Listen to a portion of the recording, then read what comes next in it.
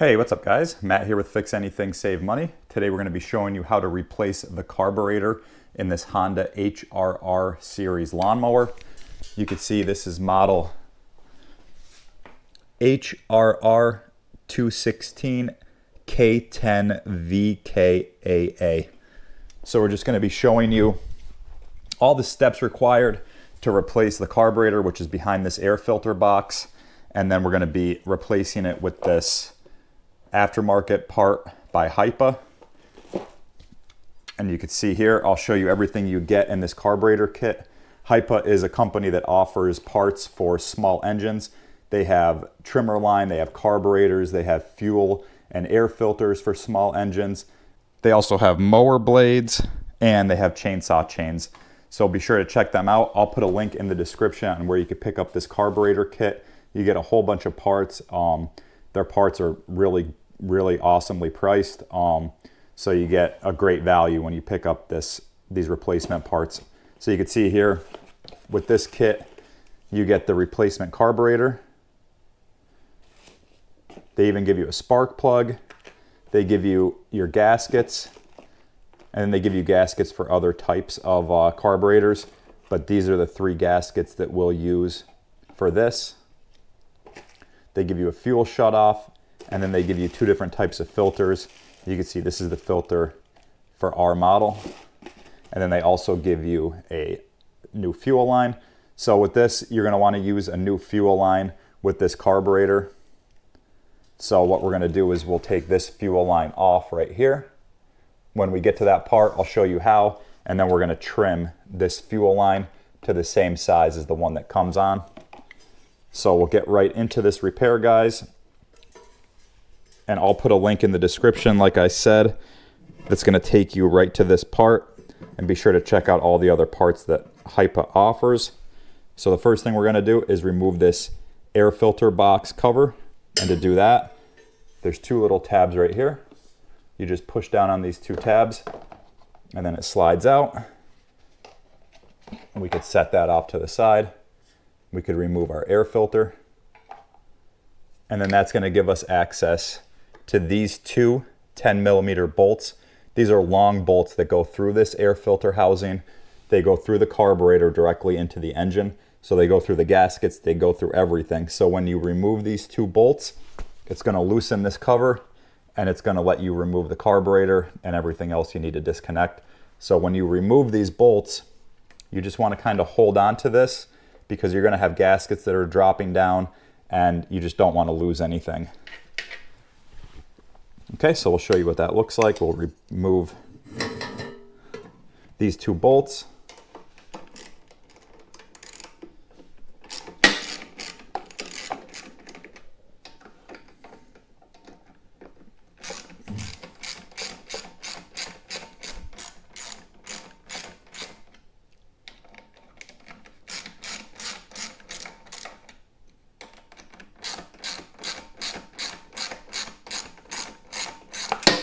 And like I said, there's 3 gaskets that we're going to take off and put back on. Okay, so now we have our bolts pretty loose.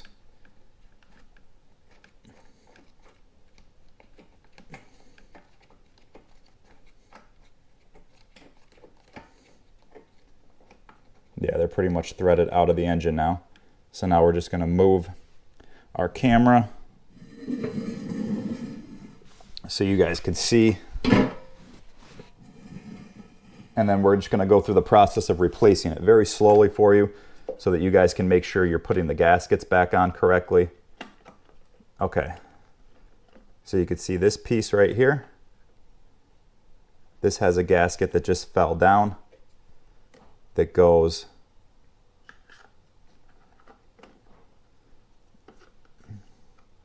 like that. And you could see that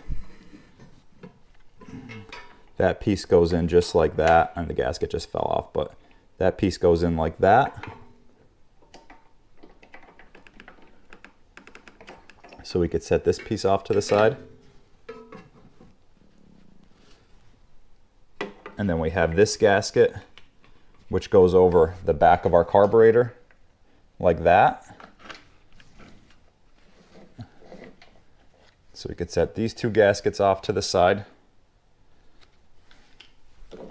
And then we could take our bolts fully out now. So there's our two bolts. And then here's our air filter housing. And you can see that just came undone on its own, but there's a hose right here, or there's a line right here that connects in. So you would just push that in. And for when you're replacing the carburetor, you could leave this connected, but I like to just disconnect this air filter housing. It just gives you more room to work. And then here's our other gasket that goes over our carburetor. And you could see, you could kind of, what you want to do is just when they fall off, you want to just put them, you want to just kind of take note. They really only go on one way, so you might have to flip them around or twist them 180 degrees and just get them so that all the holes line up with the holes in the carburetor. And then just another thing to note, so we could set these three gaskets off to the side, and we have our linkage, and then this is our spring cable right here, and you could see how that goes on, going all the way up to the throttle. And you can see it's a little dirty.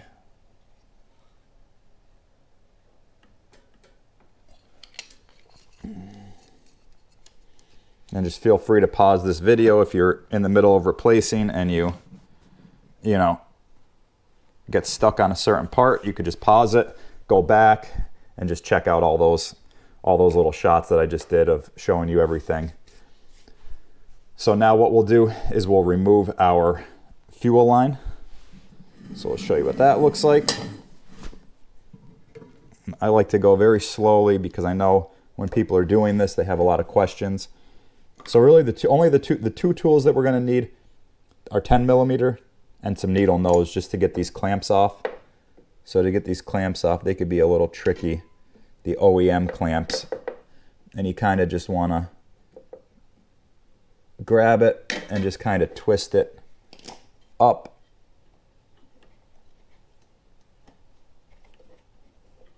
on the hose and just kind of push them away. Same with this one.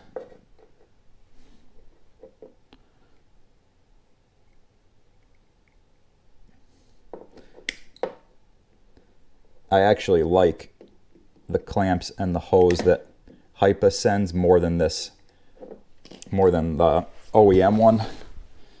It just seems like it fits better. It seems like it has like a better connection to the carburetor. So you can see then we could just pull off our fuel line from our carburetor and then from our shutoff. And this is where you might want to get a little screwdriver, a little tiny flathead, and you could kind of just put it in here and just pry it back if it's not coming off by hand. Sometimes they get stuck on there. So then we'll just try to get it off by hand. And you can see it's starting to come loose.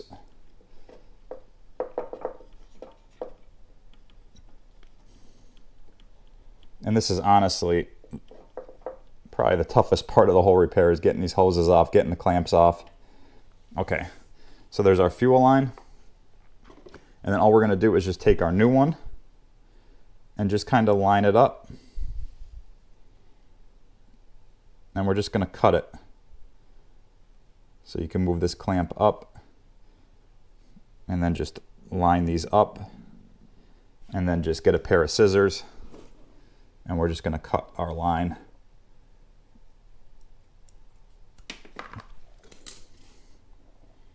So that it's roughly the same size. Okay, so here's our new one, and you can see how much better these clamps are. They're just easier to work with. You could do it by hand. You don't need a pair of needle nose for these. Okay, so now we have our fuel line cut to the right size.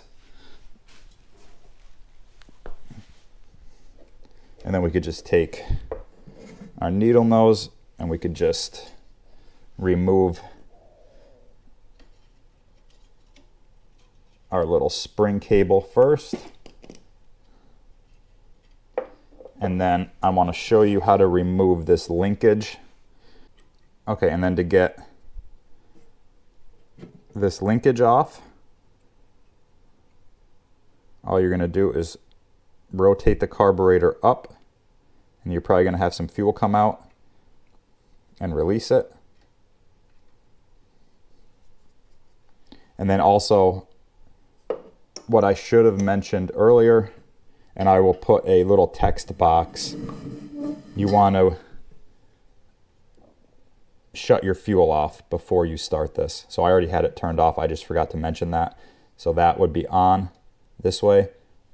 The way that you're looking at it right now, our fuel is off. You're still going to get a little bit of fuel leaking out of the carburetor and out of the line, whatever has been left over. But I'll put a text box in there just so you guys know to shut the fuel off before you start. Okay, so now we have everything disassembled, and now we could go ahead and take our new carburetor. Here's our new carburetor. And we could go ahead and put everything on the same way we just took it off, the same order. So we could put the linkage on first. And to do that, you could see how this linkage is. You have to have this carburetor like this. And then you just rotate the carburetor down, and that locks in the linkage. And then you just put your spring on in this front hole right here. Okay. So now we have our linkage on, and we have our spring on. Now we can set this carburetor down. And this part is probably the most tricky. What I like to do is we'll hook our fuel line back up. So for that, we're just going to push it in to the carburetor, and you want the hose pushed in as far as it will go. And then we're just going to take our clamp and just put it over to right about there. Okay, and then we're going to take this hose and put it onto our shutoff. And then same thing, take our clamp and just kind of snug it up close to the actual shutoff. Okay, so we have our fuel line hooked up now.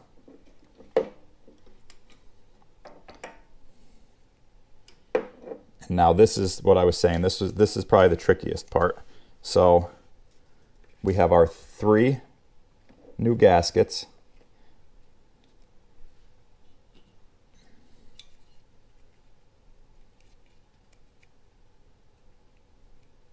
So the gasket that looks like this is going to go on here. And then this piece goes straight back onto here. Like that. And then this gasket is going to go over the carburetor like that. So it'll essentially be like that. And then our last gasket goes over the front of our carburetor.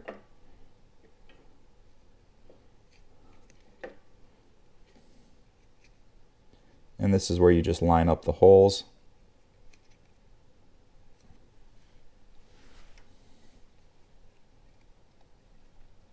So you could see like that.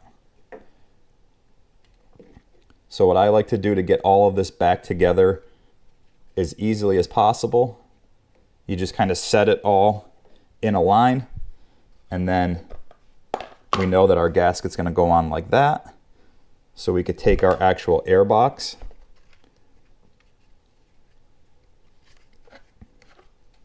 and that's going to go on like that. So here, let me kind of move this here. The hardest part of this is just kind of trying to show you guys how to do it and filming it so that you can see everything perfectly.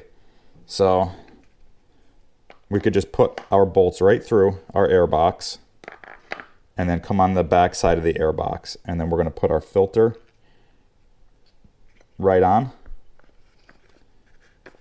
And this just ensures that the filter, or the gasket I mean, is going to seat properly. And then we could go right through the carburetor.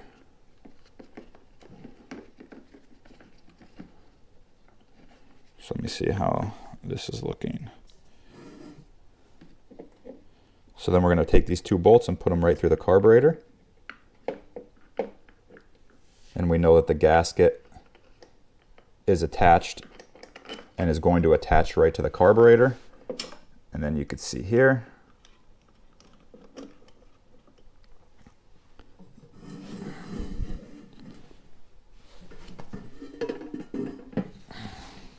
you can see the bolts that came out on the other side. And then we could take this gasket and we're going to put it right over the bolts as well.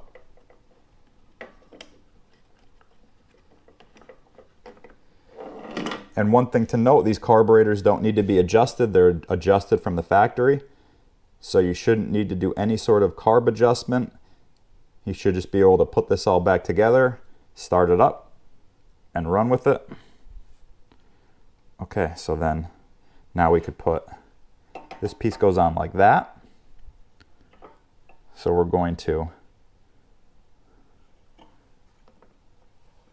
feed that in. Make sure our bolts are pushed through everything. Okay, and then we could go through here.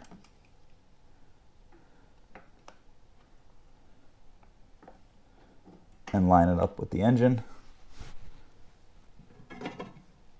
And then just kind of push it up and start your bolts. Start twisting your bolts to get them hand tight. Get it started in the engine. And what I like to do is just kind of wiggle this box as you're tightening the bolts, just to make sure that the bolts aren't getting cross-threaded. Okay, so now you can see we have the bolts started. All of our gaskets and everything, the bolts going through everything. And then really, before we tighten this up fully, we're just going to take our hose for our air intake, and then we're just going to connect it. I don't know if you could see right there, but there's the hole. We're just going to connect that down and just push that in. Seat it all the way into the back of the air box. I'm just going to do that while the camera's there, because it's hard to do and hold the camera.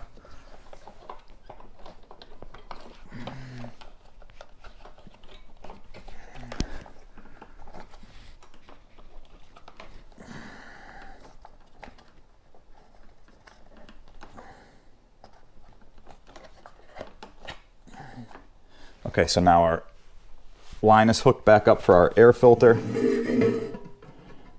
And we can go ahead and tighten these bolts down the rest of the way.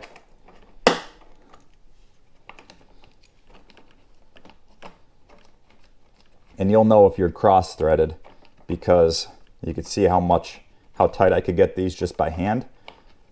If you feel a lot of resistance and then you go to put your socket on and you feel resistance, then you're most likely cross-threaded. So don't keep going, just back it off and try to get it threaded on correctly.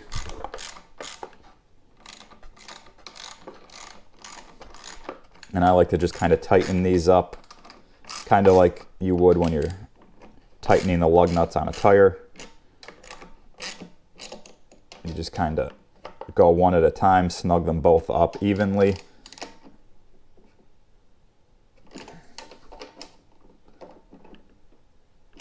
And like I said, these carburetors are